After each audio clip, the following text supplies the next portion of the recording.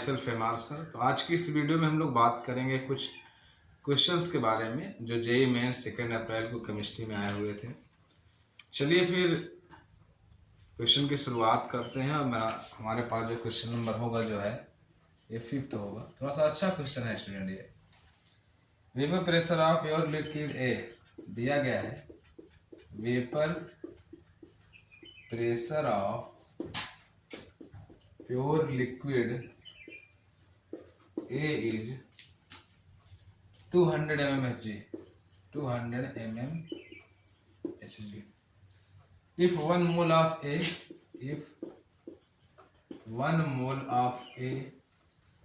and 3 mole of B are mixed, assuming solution to be ideal,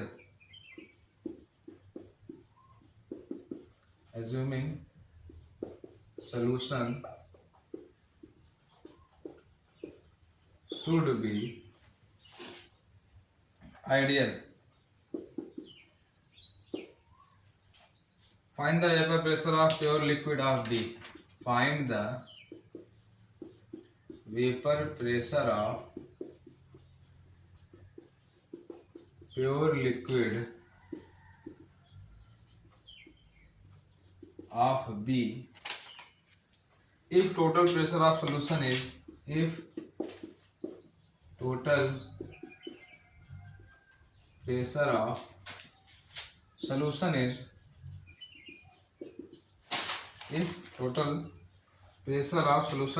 500 mmHg. 500 mmHg, ठीक है। Pressure जो है PRESSUR। Clear समझ पाए स्टूडेंट? बहुत ही सिंपल क्वेश्चन है। अगर आपने इसको किया होगा, सोल्यूशन चैप्टर का है, बेसिक सा कंसेप्ट है। आप अगर आसानी से अगर राउट्स लॉ को आप पढ़े होंगे तो इस क्वेश्चन को आसानी से आप कर सकते हैं। अब इसमें हम लोग देखेंगे क्या क्या दिया गया है। देखिए, अगर मैं गिवन की बात करूंगा स्टूडेंट, तो दिया गया है vapour pressure of pure liquid of A, मतलब P नॉट ए, ये हमको दिया गया। कितना दिया गया? 200 mmHg, ठीक है। 1 मोल ऑफ ए दिया गया है, मतलब मोल ऑफ ए बराबर दिया गया है 1, मोल ऑफ बी बराबर दिया गया है 3। तो यहाँ से अगर मोल फ्रैक्शन ऑफ ए निकालेंगे स्टूडेंट तो आ जाएगा 1/4। मोल फ्रैक्शन ऑफ बी निकालेंगे स्टूडेंट तो आ जाएगा 3/4। कैसे आया? जिसका मोल फ्रैक्शन निकालना है उसका मोल अपॉन टोटल मोल कर दें। अभी मोल फ्रैक्शन ऑफ ए निकालना है, 1 ऊपर कर देंगे, टोटल 3/4 हो जाएगा। मोल फ्रैक्शन ऑफ बी निकालना है, मोल ऑफ बी अपॉन। अब हमें निकालना क्या चाहिए? इसमें पी टोटल भी दिया गया हमको। पी टोटल क्या दिया गया स्टूडेंट? 500 mmHg दिया गया। हमसे पूछा क्या जा रहा है? हमसे पूछा जा रहा है vapour pressure of pure liquid of B, मतलब पूछा जा रहा है P नॉट बी। चलिए स्टूडेंट, आपको 1 मिनट का टाइम दिया जा रहा है। आप बताइए कैसे होगा क्वेश्चन। आप आसानी से चीज़ों को क्लियर कर बताइए, आप कैसे आप इसको कर सकते हैं स्टूडेंट। आप बताइए, फिर उसके बाद मैं इसको करके आपको बताता हूँ। बहुत ही अच्छा क्वेश्चन है स्टूडेंट ये। चलिए मैं बताता हूँ। देखिए स्टूडेंट, फार्मूला हमारे पास क्या होता है? P टोटल बराबर होता है P naught A x A plus P naught B x B. Raoult law में आपने पढ़ा ही होगा इसको। चलिए, P टोटल कितना दिया गया है? 500 दिया गया है। P नॉट ए कितना दिया गया स्टूडेंट? कहाँ पे गया अपने पास? P नॉट ए ये दिया गया है 200। Mole fraction of A 1/4 plus total pressure of pure B का हमें निकालना है। मोल फ्रैक्शन ऑफ बी कितना दिया गया? 3/4। समझ पाए स्टूडेंट? अब इसको एक स्टेप में आप कर लीजिए। चलिए, इसको सॉल्व हो जाएगा, ये मल्टीप्लाई करेंगे तो 2000 हो जाएगा। ये बराबर हो जाएगा 200 प्लस 3 P नॉट बी, ये हो जाएगा 1800 बराबर 3 P नॉट बी। तो P नॉट बी बराबर क्या हो जाएगा स्टूडेंट? 1800 अपॉन 3 बराबर क्या हो जाएगा? 600।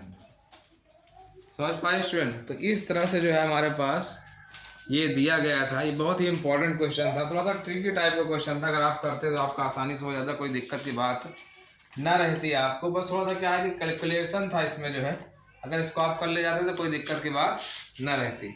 चलिए अब इसके बाद एक क्वेश्चन और हम लोग करेंगे स्टूडेंट। क्वेश्चन हमारे पास आ चुके हैं जो है, अगर आप आसानी से अगर इसको करना चाहेंगे तो बहुत बढ़िया हो जाएगा। तो स्टूडेंट हम लोग बात करते हैं नेक्स्ट क्वेश्चन के बारे में। बहुत ही सिंपल क्वेश्चन है, मोल्स कंसेप्ट का क्वेश्चन है, याद रखिएगा स्टूडेंट। कहा जा रहा है 100 ग्राम CaCO3, 100 gram CaCO3 when reacted with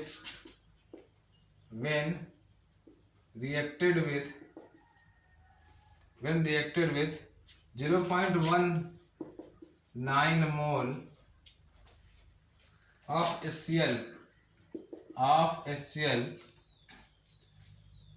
then the mole of CaCl2 is formed is, then the mole of CaCl2 is formed is 10 to 10 power minus 3 mole. Find value of P। इस P की value हमको निकालना है student. मोल concept का question है, limiting reagent आपको apply करना है स्टूडेंट। चलिए देखते हैं हम लोग। अगर मैं सोल्यूशन की बात करूं, सबसे पहले आपको देखना पड़ेगा स्टूडेंट कि CaCO3 जब HCl के साथ रिएक्शन करता है तो देखो CaCl2 तो फॉर्म करेगा, इसमें कोई दिक्कत की बात नहीं है, क्योंकि क्वेश्चन में बोल दिया गया है कि when 100 gram CaCO3 react with 0.19 mole HCl then the mole of CaCl2 is formed। ये तो हमको क्लियर हो गया। अब थोड़ा सा हम लोग इसमें देखेंगे तो हमारे पास क्या हो जाएगा, इसके बाद ये बनाएगा वाटर और CO2। थोड़ा सा बैलेंस कर लेते हैं हम लोग, ये आपके पास हो जाएगा। तो क्या हो जाएगा अपने पास, CaCO3 plus 2HCl gives CaCl2 plus H2O plus CO2। अब देखिए यहाँ पे क्या कहा जा रहा है कि 100 ग्राम, ये कितना दिया गया अपने पास 100 ग्राम, ठीक है। अब उसके बाद ये कितना दिया गया है 0.19 मोल, ठीक है। अब देखिए स्टूडेंट, इन दोनों में रिएक्टेंट में आपको सबसे पहले निकालना होगा लिमिटिंग रिएजेंट। क्या निकालना होगा, लिमिटिंग रिएजेंट। और लिमिटिंग रिएजेंट निकालने के लिए मैंने आपको बताया था जो फार्मूला, कि आप मोल अपॉन स्टोइकोमेट्रिक कोफिशिएंट निकालिए, जिसकी वैल्यू लेस आ जाएगी वही किसकी तरह काम करेगा, लिमिटिंग रिएजेंट की तरह काम करेगा। अब देखिए इसका कितना दिया गया है 0.19 मोल दिया गया है। अभी आप क्या करें, कैल्शियम कार्बोनेट, इसका आप निकालिए मोलर मास, कितना आएगा स्टूडेंट, देखिए इसका 20 का 40, कैल्शियम का 40 हो जाएगा, कार्बन का 12 आएगा, 16 3 48, तो मतलब कहीं ना कहीं 100 आएगा। 100 अपॉन 100 कितना मोल आ जाएगा, 1 मोल। 1 मोल करेंगे अपॉन स्टोइकोमेट्रिक क्या है 1 है, तो 1 ही आ जाएगा।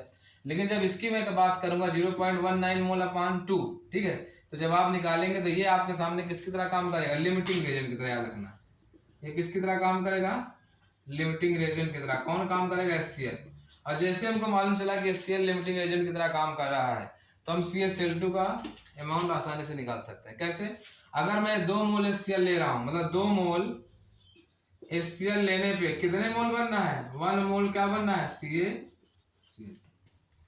कोई दिक्कत, कोई कंफ्यूजन। तो अगर मैं 0.19 मोल ले रहा हूं तो मैं मान लेता हूं x बनना है, x मोल CaCl2 बनेगा। क्रॉस मल्टीप्लाई कर दीजिए आप, यहाँ से आ जाएगा 2x बराबर 0.19, तो x बराबर क्या हो जाएगा 0.19 अपॉन 2। स्टूडेंट को सॉल्व करके बताइए कितना आएगा इसका आंसर, बताइए स्टूडेंट कितना आएगा इसका, बताइए। अब स्टूडेंट इतना तो आप कर ही सकते हैं, जो है मेरे हिसाब से क्या आ जाएगा 95 इंटू 10 की पावर माइनस, क्यों 2 9 जाए 10 हो जाएगा, 1 2 5 10। अब यहाँ पे अगर मैं इसको टैली करूँ, P इंटू 10 की पावर माइनस 3 दिया गया है, तो यहाँ पे अपने पास क्या हो जाएगा स्टूडेंट, P बराबर क्या आ जाएगा अपने पास 95। तो इस तरह से स्टूडेंट हम लोगों ने 2 क्वेश्चन को डिस्कस किया। बहुत ही सिस्टमैटिक वे से धीरे धीरे मैं क्वेश्चंस को कर रहा हूँ, जिससे आप चीज़ों को समझ सकें कि पेपर कैसे बनता है, कहाँ से बनता है। ज़्यादातर देखा जाए तो अगर NCERT आप बहुत अच्छे तरीके से क्लियर किए हो स्टूडेंट, तो ये जो मैंने 6 क्वेश्चन कराया है, डेली में 2-2 क्वेश्चन करा रहा हूँ, तो इस 6 के 6 क्वेश्चन आप आसानी से कर सकते थे। तो आज की इस वीडियो में इतना ही, मिलते हैं नेक्स्ट वीडियो में नेक्स्ट टॉपिक के साथ।